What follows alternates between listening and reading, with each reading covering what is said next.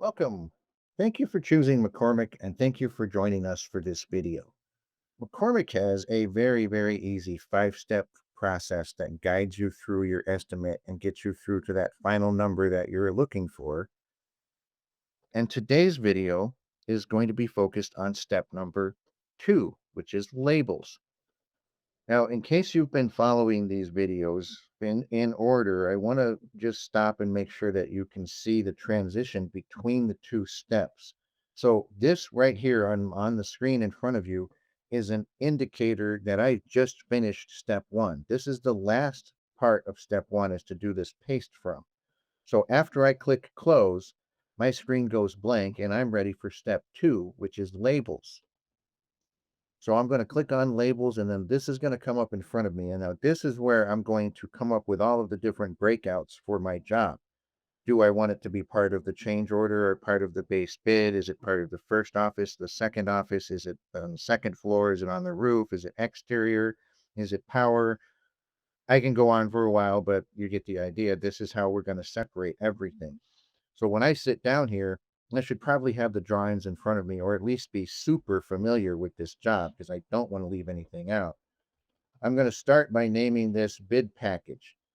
There's a very high chance that you are going to see those column headers again, and it's going to be very useful to name them something that you can really easily relate to. And I'm just going to call this the base bid. This first label right here at the very top left represents the entire job. It's everything. Now, the job that I'm doing here is I'm responsible for the power and lighting on the first and second floor of two separate buildings. That's all I'm doing. Just the power and lighting on the first and second floor of two buildings. So, based on that, that's my whole job. So, what do I do with the second column? I separate it into the first large area of separation, which, based on what the job is going to be buildings because there's two of them. So I'm going to have this one office A and I'm going to have office B. And what happens inside of offices, because so far I've broken down the base bid, which is the whole job, into buildings, and there's two of them. Now I'm going to take a building and break it down into the most logical thing for my job. And that seems like it's going to be floors because I mentioned I have to do two floors, ground floor and second floor.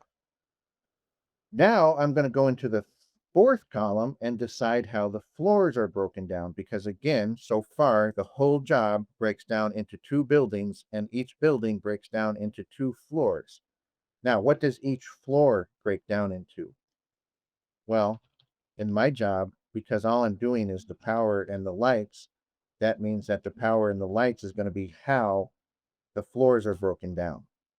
The first biggest breakdown is buildings, the second biggest breakdown is floors, and the third is systems. So the base bid has some buildings, the buildings have floors, the floors have systems. That's how the organization works. So as I go through and do my takeoff in my job, I'm going to have to choose one thing from each column. There's just no other way to do it. You have to choose one thing. So check yourself and check your organization here because this is pretty important. So, is there anything I'm going to do on this job that is not going to be in Office A or Office B? If the answer is no, then I've got this label system covered right here. This column's good. But if there is something that I'm going to do that doesn't fit into Office A or Office B, I just need to make another label for it. Same thing here. Am I going to do anything that's not on the ground floor or second floor? If I'm doing something underground, there's a basement, I need to think about it. If there's a roof I'm responsible for, I need to think about it. But based on what I said, I'm only doing the first floors, second floor and first floor. So I'm good. Am I doing anything that's not going to be considered power or lights? Well, I'm going to sub out the fire alarm. Well, that's okay. I don't need a label for it then if it's just going to be a sub. So I've got to make sure that my logic and my organization is sound.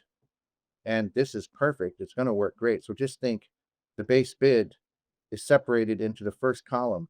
The first column is then further separated into the second column.